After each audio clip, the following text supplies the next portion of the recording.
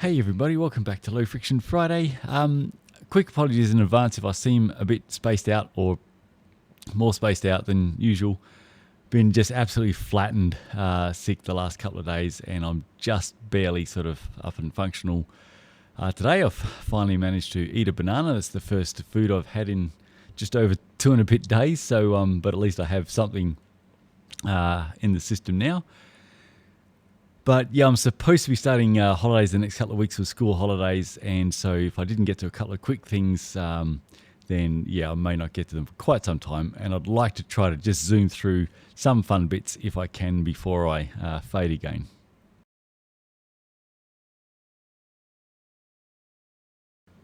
All right, apologies. First one, there's some definitely miscommunication around the Ceramic Speed's endurance wax. So whilst I have done a lot of testing for Ceramic Speed, the last sample I had tested for them was probably about 12 months ago, just offhand. And so I assumed that that testing was certainly part of what went towards their endurance wax release. However, I hadn't received any official sort of heads up or communication from Ceramic Speed about that release. And they've they used zero friction cycling test data, so the data they got from me from that sample testing has been part of their marketing. And so I've had people saying, "Hey, hang on a minute, seemed like this is all sort of a bit news to you about their endurance wax product release, and yet they're referring to your testing data. That's a little bit odd." And yeah, so normally that is odd.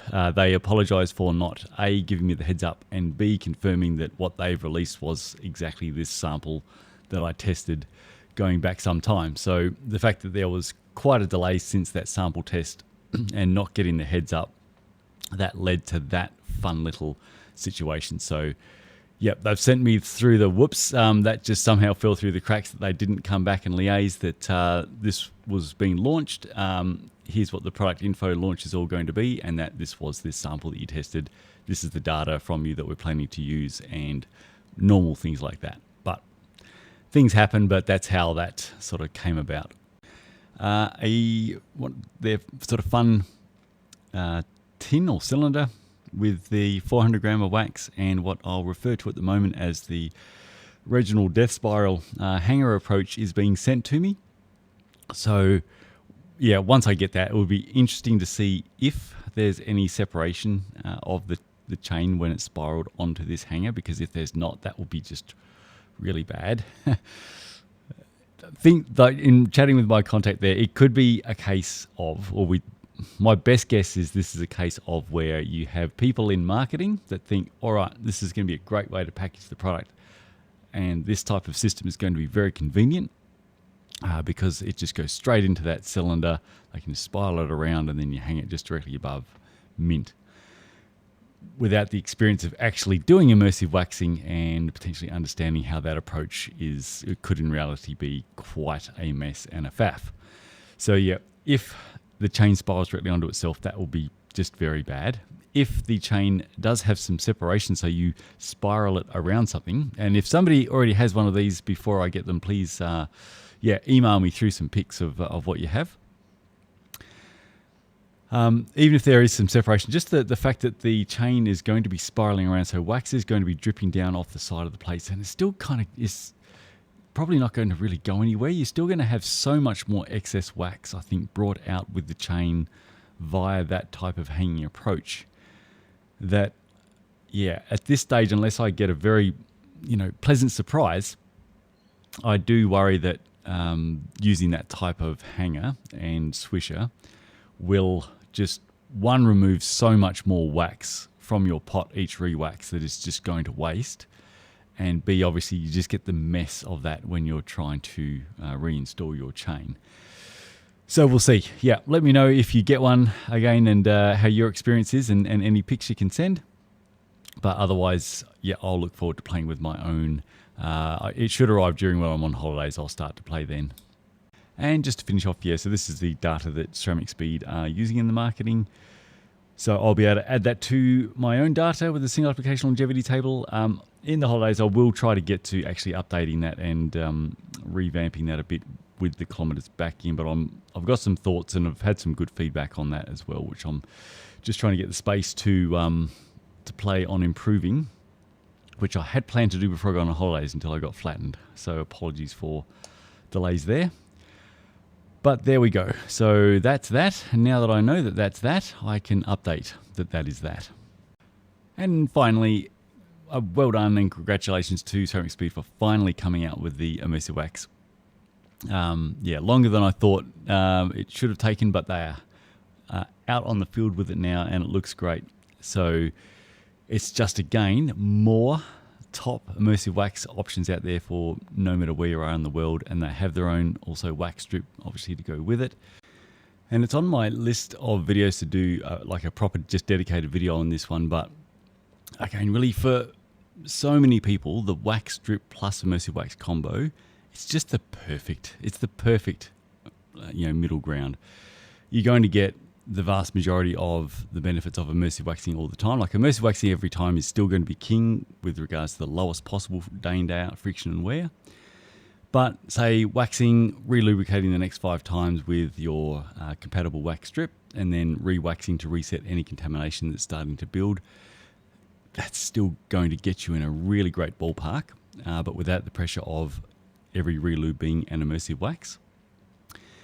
And when you compare it to, say, wet lube, obviously you need to maintain wet lubes, and you need to maintain them pretty frequently because the nature of wet lubes is they gather contamination much more quickly than wax strips do. So over X period of time, especially if you're exposed to high contamination, the wet lubricant will become much more contaminated and abrasive than the wax strip will. And then the maintenance for that, it's just a lot more faffy. You need to faff with either solvents or degreasers. Fighting that black mess, you need to dispose of your degreaser black mess somewhere, somehow. Or you can pop your chain off, pop it onto a pot, turn the pot on so that the wax melts, come back whenever later when the wax is melted, swish it, hang it to set, and then before the next ride, you reinstall the chain. Everything's clean and beautiful. Like, it is just a path that delivers such great results for your drivetrain, as well as being so easy to stay on top of, and so much less sucks balls to do your cleaning maintenance. It really is the path that it's just so hard to beat for, I would say, probably about 90% of cyclists in the world. It's really a difficult one to contest, I think.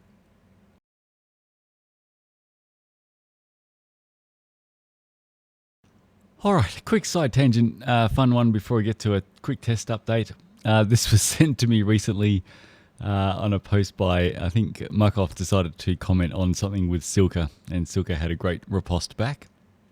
So on an Instagram post that Silca put out about their wax chains, Muc-Off decided to comment in, "Wow, you guys must really hate your own oil-based lubes then," with a laughing emoji. Which is, I don't know, is it just me or is that a weird thing for Muc-Off to jump in with? But anyway, Silca Velo replied at Muc-Off, "You probably shouldn't comment here until you make a lube that can actually beat WD-40 in test." And so what a great riposte. You may recall back when I did the WD-40 test that I called WD-40 really the line of embarrassment, that if as a dedicated bicycle chain lubricant you were unable to beat what is ostensibly a 7-decade-old product not designed for that purpose, that really doesn't do great things for your credentials. And if we have a look, we've actually tested 1, 2, 3, 4 Muc-Off products, all of them either below or well below the line of embarrassment, with in some cases, some of the worst chain wear rates that we've seen. And a trend with the Muc-Off products is typically an extremely big jump in wear as soon as any contamination is introduced. So whilst there have been some that have managed to, I guess, exceed Muc-Off in that accomplishment, there's not many. And in general, considering the cost of some of these, so Muc-Off Nano Lube was basically around $100 for 50 mil. Ludicrous AF, I think, still retails for around $90 for 50 mil. Whew, you really want to be using that in basically a biohazard level 4 clean lab to avoid some pretty high jumps in wear after a fairly short time. So yeah, well done Silca for being on top of where the latest testing's been at and how WD-40 went. That was just, I thought an excellent reply. And the bigger question is, when is Muc-Off going to come out with a wax? So it's been a long time since I did the Muc-Off Files vids, of which the Muc-Off Files 1 is terrible. Don't watch that. I should probably delete it. It was just a rambling mess. The second one was less terrible, and I do get through explaining all of the very, very big concerns that we have, not just with Muc-Off's testing, but how, to me, my personal opinion, there is a fair amount of evidence that they tested in a way that deliberately fudged the results poorly for their sort of key wax competitors, and just shows their results to be quite strong. So if you wanted to have a deeper dive on that, or a very deep dive on that, the Muc-Off Files Part 2, skip Part 1. But with that sort of setup in place, it'll be interesting when and if they do finally come around to where everything is really going, and for so many very obvious logical reasons, which is immersive wax and wax strip versus wet. It'll be a really fun time when I think they have to bite the bullet and try to rewrite the narrative on that whole saga. So that will be fun.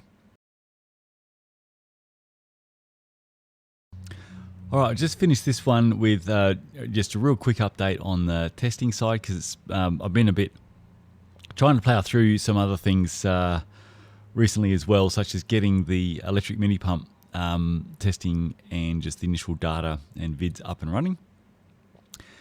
In the background, obviously, I've still been merrily testing away.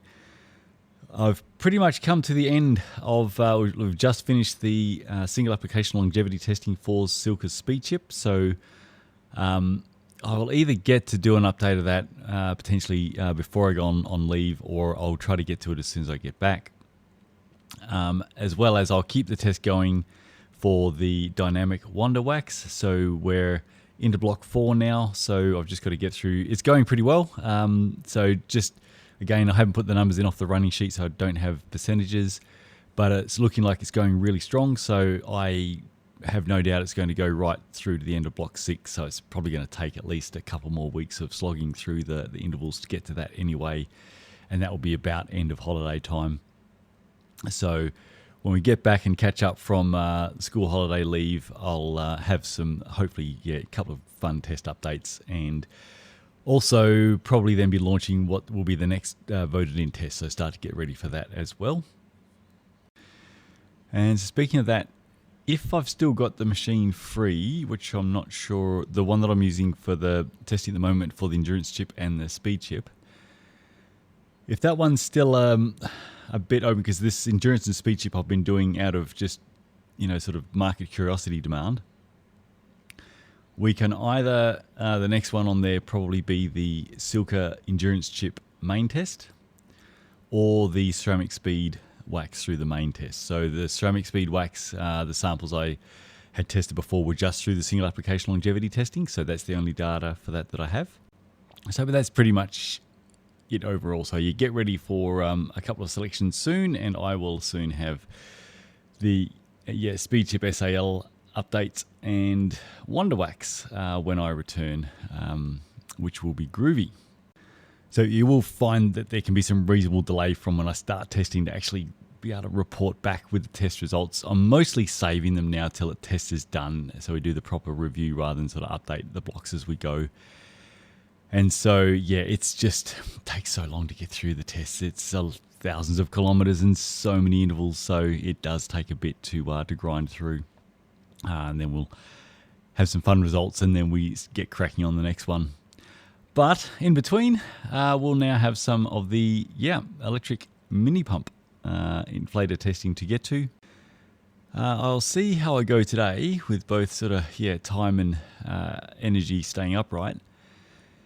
I've got a couple of first look. I've had a couple of new mini pumps arrive. Two of them, both of them, are pretty cool. One of them being the Cyc Plus Ultra, which is supposedly 87 grams and with a gauge. The other being the Magic Shine Aero, which is a beast. As well as I also have the Thumper Nano end of life one to zoom through. So if I don't get to today, I might try to get to them when I start next week, just as I'm trying to wrap some things up. Otherwise, yeah, I'll have a lot of backlog when I do come back from leave, but we'll see how we go. Otherwise, yeah, hope this one I didn't come across as too much of a space cadet, and just some quick low friction updates. And as always, I look forward to your comments and chatting with you soon when I can.